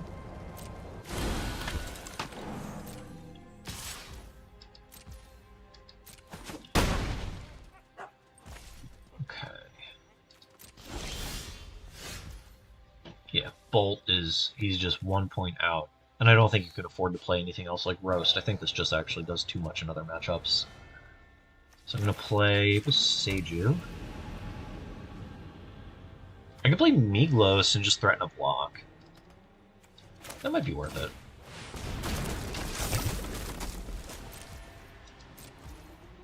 I don't think they can cast enough spells to make the Druid grow out of Obliterating Bolt range. But that is kind of on my radar.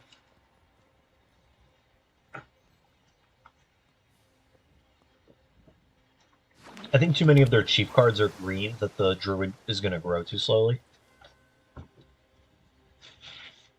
That I'm going to have the opportunity to bolt it.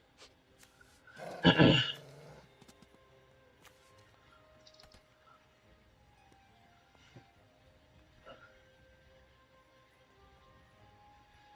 think they're eyeing up trying to use a damage spell on this, or a bounce spell. Okay.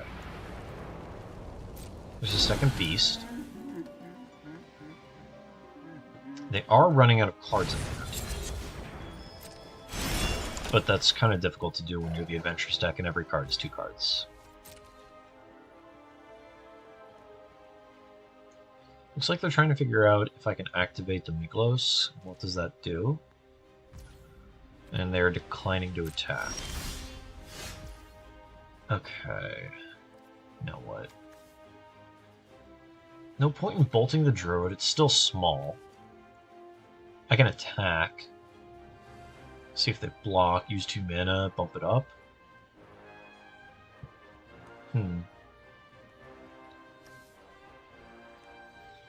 Just play Chariot? No, because then I can't block again. I can double block and lose the Miglos. I think the play here is play a 3-drop. Hold up the activation on the defense still, because they seem like they're going to be running out of things that aren't just like giant men. So I'm thinking I want to play Bone Crusher, or I can play Stormseeker and set up every future creature as an attacker. That might be the play. They're already not attacking, and I still get to hold back a 6/6. So I'm going to make this have haste. I'm not going to attack. Maybe they just play the Lock Whale here and just have a 6/6. Can actually compete with the Miglos.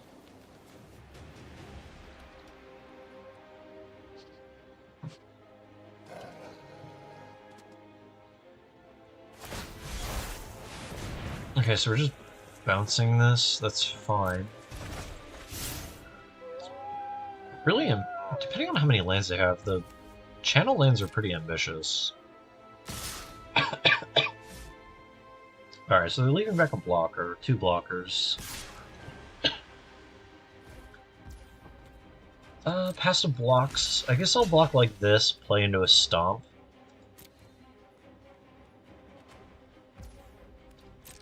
Here's the Kiki Oops. Don't know if it's a real one. Okay, so there's Edgewall Keeper. Must have just drawn that, because there's no way they had that in their hand previously. So they're 5/5s without trample.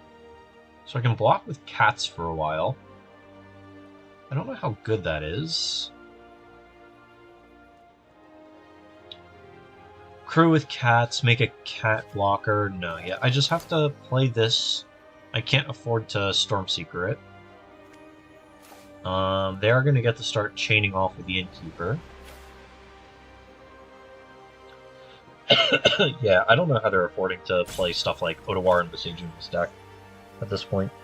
I know Edgewall in the land should have been Plaza of Heroes for Adventures. It seems like they supported the adventure deck too much the first time we were at Eldraine, and now they were a little afraid the second time around to support it harder. I think it's just... It might be... I think it's just make 2 cats. Needed an untapped land at some point. End the Festivities would be perfect here, because I would be able to kill these and just start blocking. This is pretty close to... Let's go to the next one. 17 minutes, they have 20. So I'm down 3 minutes. Yeah, I think the play is play the cheaper one. Because you're either playing the 6 mana one and running out of mana, or you're playing the 3 mana one and kind of chaining off with additional mana left over.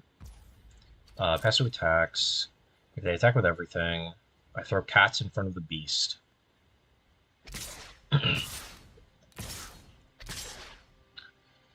Okay, so I get to go... Yes, they're getting a little... If they attack with only the beasts, I get to use crew... I get to use cat token, Stormseeker to crew chariot, throw chariot in front of a beast, cat in front of a beast. I think I'm behind enough that I can just play into something like Seiju at this point. Because I don't think I'm in a very winning position anyway, and I think I need to take these riskier lines in order to even have a shot. Yep, okay, it's over. They're Brazen Borrowing? Oh no, they're just Besieger mode. Okay, next one.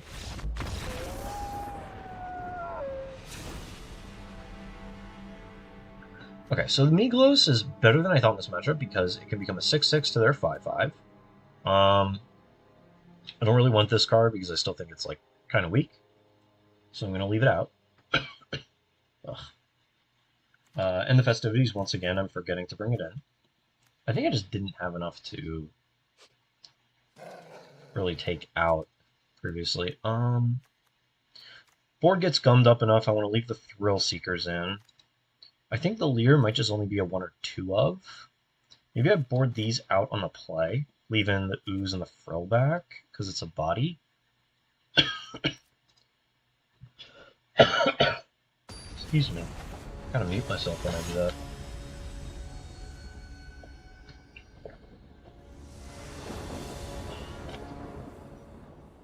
Alright. Alright, I'll play first. This hand is fairly weak and slow. I can attack for 5 on turn 3, which might be good enough. I think they're pretty slow, so as long as I can just start presenting large stuff early, I might be in good shape. I also have 2 channel lands. Not insignificant. So we're going to give it a shot. We're going to go Gorge into Mystic. I'm going to play Mountain Huntsman on turn 2. Hopefully they don't strangle me. I have a feeling they might. Yep, okay. We're going to play a tapped Stomach Run in that case. Turn 3, I'm going to be able to play Redemption, but turn 4, I'm actually going to play Chariot now instead of just channeling a Sokenzen. Which is pretty nice.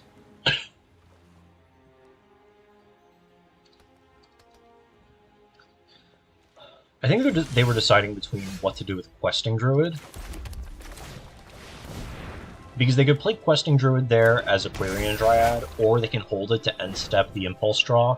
And it seems like every time they do that, it kind of backfires on them, at least they did last time. So I think they're going to seek the Beast here. Okay, Borrower my token is way better. Maybe this is a little weak in this matchup because they have so many Borrowers, and they have like the Lock Whale, so maybe the token is a little too vulnerable. So that's good to know. Basic land. What are they going to do for 3? Heart's Desire. Okay. No sacrifice. I'm going to play... I can go Lair Stormseeker here, which might be kind of nice. Get in a little damage, and then I can make the Chariot, because I think they're going to play this the following turn. I can make the Chariot hasted the following turn. And the Chariot gets to trade with the Beast. Oh no, I should have played the Chariot here so I can give both cats the +2/+2 trample. I think I'm going to lose the game because I think I'm just not getting the most out of the Huntsman's Redemption now.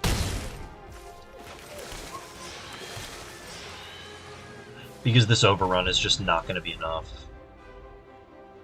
So I think that's going to cause me to lose. Ketria, play 5/5 here, I think is what they're going to do.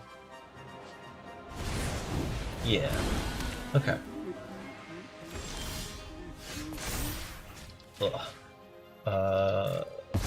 Seeker.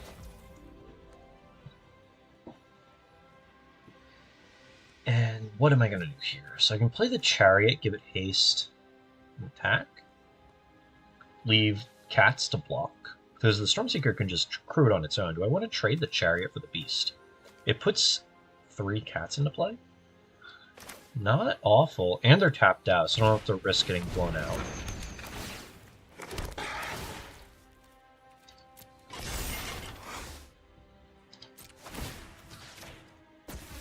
Okay. Attacks here. This might be enough. If they trade here, it gets the 5/5 off the table. If they chump, it's kind of whatever. I guess it means that they value the blocker that highly. What are they going to do on 5, though? Are they just going to cast Balluna? The Balluna's Adventure? Mill 7?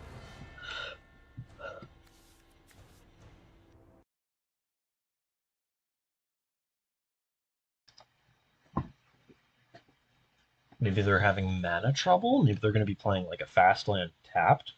Because they seem to have a lot of fast lands between Spirebluff Canal, Copperline Gorge, and then the Ketria Triumphs always enter tapped as well. Maybe they're going to be having some mana issues? Okay, so here's a Questing Druid seeking the Beast that I thought was in their hand the whole time. They might be struggling to hit some lands. So there's the Mountain. And now here's the problem of what do they do? Do they play Bone Crusher as is? Do they just like waste like a little bit of time and stomp? Innkeeper, so maybe we're just gonna leave the Bone Crusher in exile? I'm not sure. I really want to draw Sky Sovereign. So maybe my last Love-Struck Beast becomes Sky Sovereign? I'm talking mostly general deck construction, because I'm just not satisfied with it. There's still a few slots that I think are pretty weak. The Beast, I think the Xenagos might be a little too cute. It seemed pretty good in game 1, but I feel like I'm boarding it out every single game. Pass to attacks, you're going to attack me for 5. So they're going to leave the Bone Crusher in exile. Okay, so what am I going to do here? I think I want to attack with the Chariot again with the Stormseeker.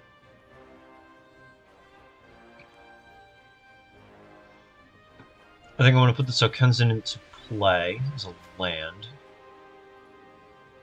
And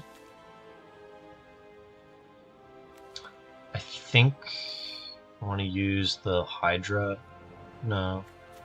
I think I just want to buy Giganta here. And I want it to turn into night. So I'm going to use 2 cats to crew. And I kind of just want to attack for 5 again. I think I'm just going to let him Brazen Borrow me.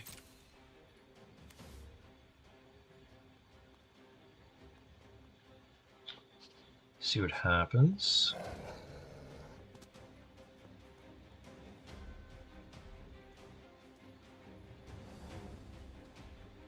Oh, they could have the Horned Block Whale.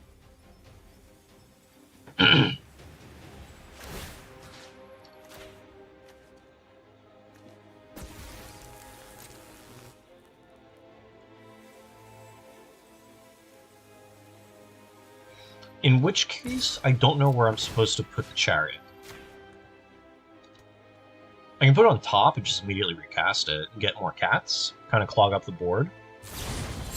They're going to Brazen Borrower a cat token. Okay, so you like the block. Always why you target the tapped tokens as well. We're going to put Gigantha in hand. And yeah, that's fine. Oh, it's leaving the what's-his-face untapped. So I'm gonna put... do I put Sokensen in play? Or do I even hold this? I can hold that. What do I want to do with... I can... I think I'm gonna hold these because I'm gonna have 2 legendary creatures. And I'm gonna let it turn for nighttime.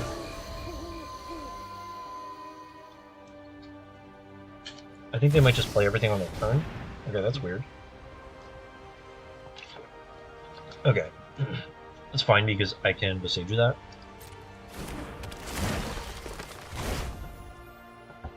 I can't stop them from getting to tap to add some mana.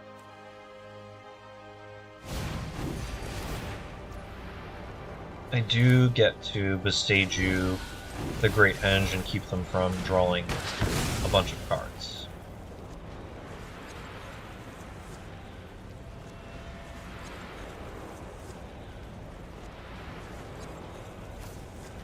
That is one of the good things about Lovestruck Beast, is it's really good with the Great Henge. Yep, you can draw that. You're not going to get to draw 2. You can have your 1/1.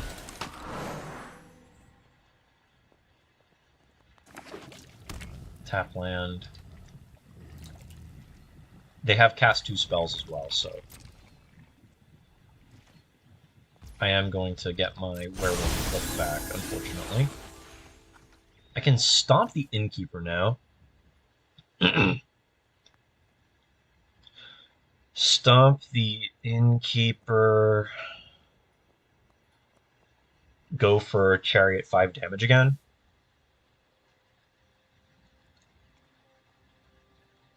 I think that might be my best bet, because I just think it's working out really well. Crew like this. Go to combat, target here, start continuing to make cat tokens, or not start, continue to make cat tokens.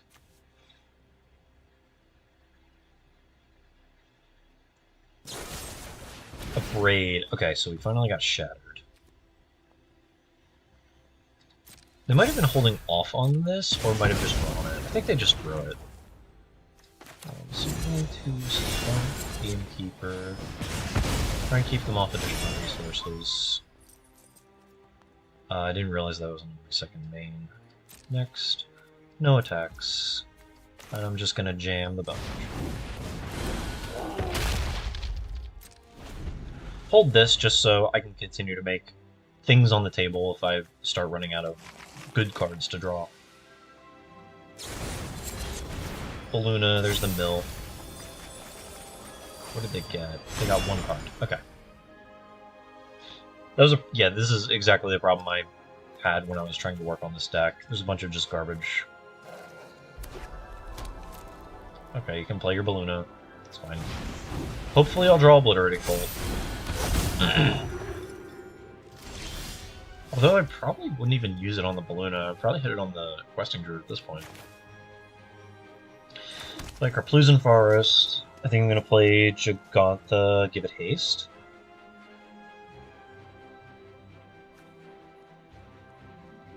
Jagantha, give it haste. Insist that they block it.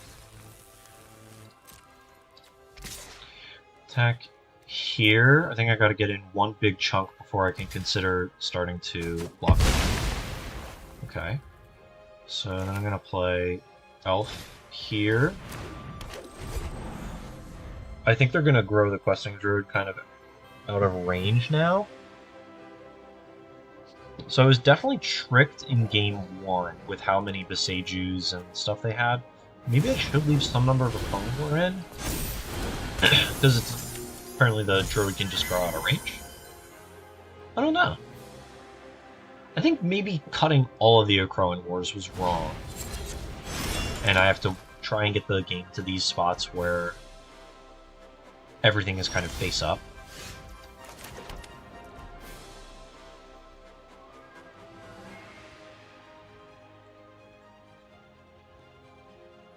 Animate Lair of the Hydra for 5, or I can just attack for 5 with Bone Crusher Giant. I think I'm gonna do, or I can animate for 6. Force a double block, but that doesn't really favor me. I think I will do this. Attack for 5.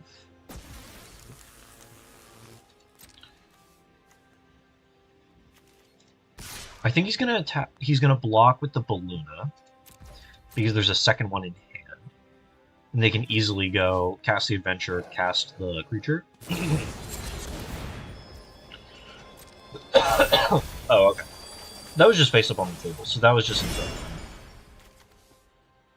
They have 27 cards left, so they're not close to getting decked.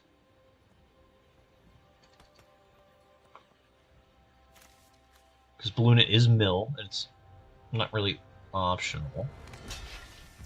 Okay, that's weird. I guess they're playing around a combat trick, which is pretty respectable. Interesting. They're giving me much more credit than I deserve. Okay. Very cool. That could have went very badly. They obviously think I'm thinking a little more clearly than I am. So what are they gonna do here? They just have, yeah, they have so many.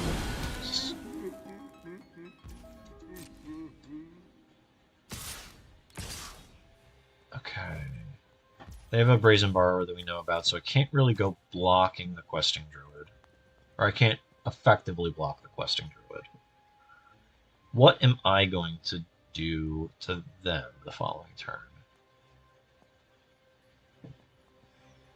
I think the chump block is bad. I can lean on the Lair of the Hydra to try and play around the Brazen Borrower. So no blocks here. Take 9.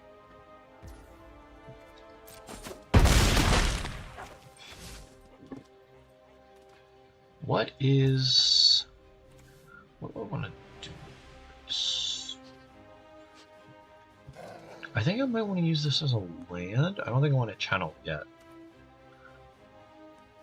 Turn. Uh-oh. Upkeep stop is bad news. Are they going to Brazen Borrower my upkeep? Okay, so we're going to play the Mutavault.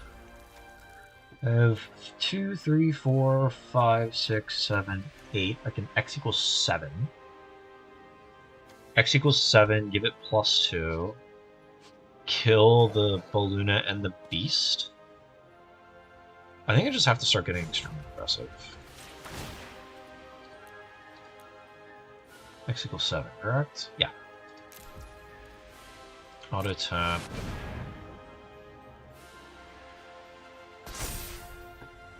Go to combat. Make this large. Go to combat. I think I just start attacking with everything. Hope for the best. I'm probably dead on the attack back. Because they get to Brazen Borrower the Slasher. Oh, that's good. Alright. So this feels... So this is basically exactly what I thought the Adventurers deck would end up feeling like, was the Gruul deck that kind of goes bigger than the Gruul deck, but plays a turn behind, because they have felt very slow to start. I don't think my starts have been super fantastic either, but their Brazen Borrowers lined up really well with some of my stuff, like the Huntsman's Redemption, and I think that was really where I lost the game, was that kind of like losing my early pressure like that to, yeah, I'm just dead. This one. Yeah, losing my early pressure to stuff like Brazen Borrower on the token was just not something I considered, and really, I think, made me fall too far behind, because I think I need to take advantage of the fact that I'm not playing a turn behind like them with their overcosted adventure cards, and I need to just kind of be aggressive early. Especially Game 3 when I was on the play. That was definitely my game to lose. What am I going to get? Let's look at the deck again. This one. Edit.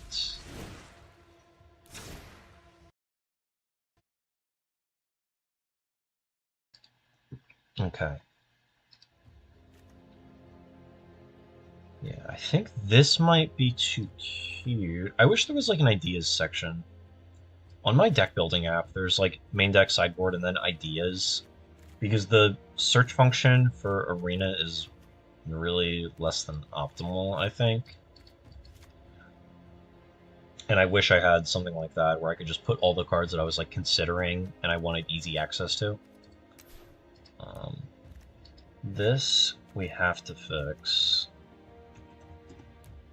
Does this count as a card style?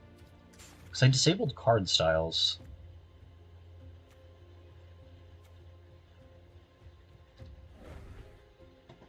Yeah. Okay. So I'm wondering if this counts as a card style. But this is just a version of the card. It's not a style. I opened it in the pack. Anyway.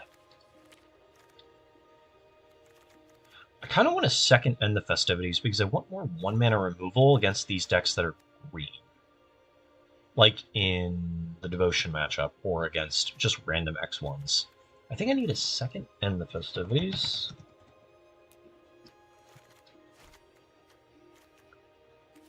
And I'm noticing other people with the Gruul deck recently. I've been on Frillback, and I was on Frillback back when I was testing this deck originally, and I was just playing a bunch of these in the sideboard instead of like having a suitable tutor card and needing, and like one Outland Liberator, one Ooze was reasonable. But I'm not finding the places where this card is great. I think I might just be not looking for them, or I might not be playing against them. I don't think 1 is correct. I think 2 might be correct because it's probably just a good 3 to come in. Maybe in place of like the Beast. Maybe I like go back down on 1 Miglos, play 2 Beasts, and the Beasts get to switch for Frillback in any matchup where the Frillback is remotely good. But then I would need 2 Frillbacks, one more Frillback in the deck, and then I would need to cut 2 cards. And at this point, I'm just all removal, and I don't know what I would get rid of. Maybe I can move a Liberator main deck. That might be too toolboxy. I'm kind of doing that a lot lately. Yeah. 2 Beast might just be the correct number.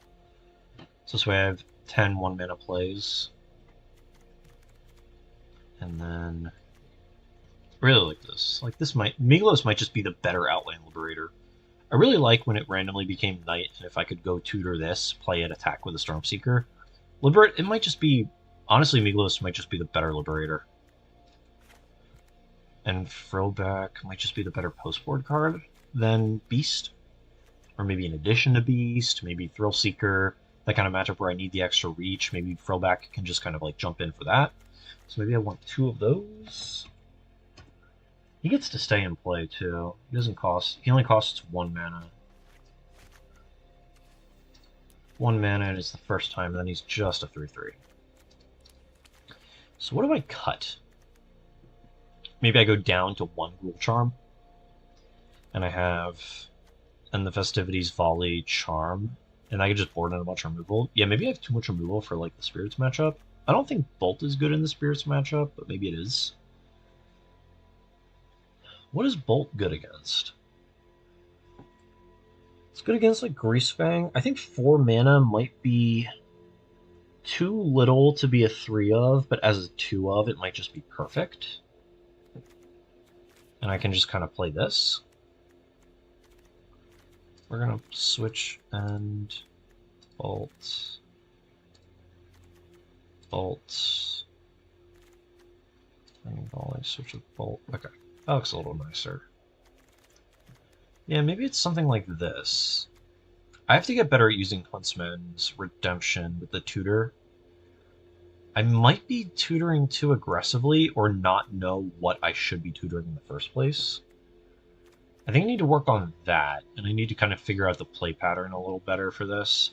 Maybe I'm supposed to just get Stormseeker more often than not, like I have been doing, because I think this is just really good to set up these kind of aggressive starts and turns.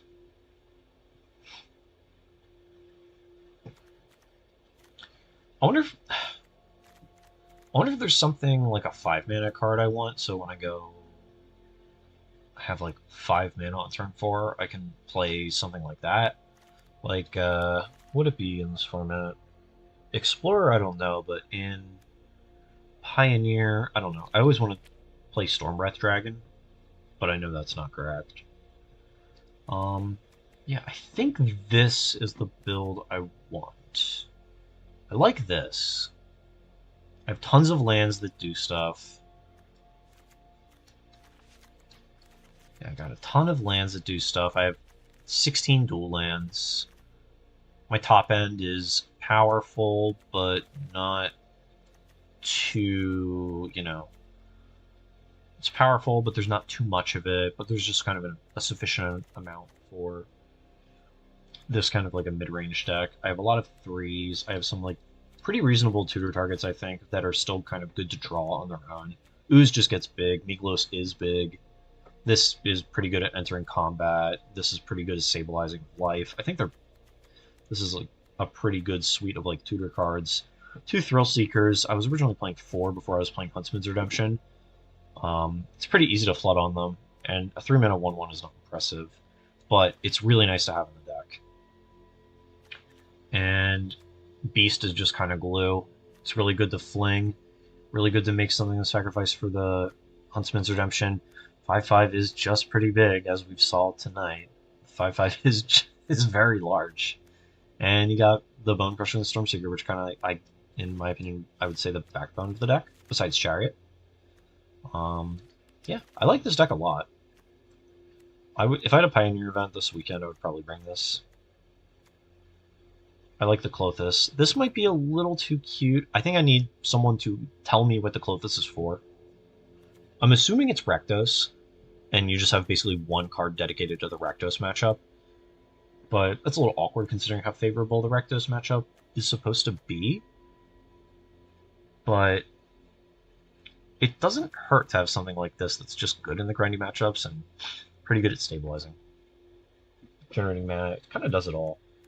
Makes me wonder why it's not main deck, but it's probably just a space consideration where you just want to be consistently aggressive game 1, and then kind of pivot to a slower game 2, where you can't really afford to draw this on game 1.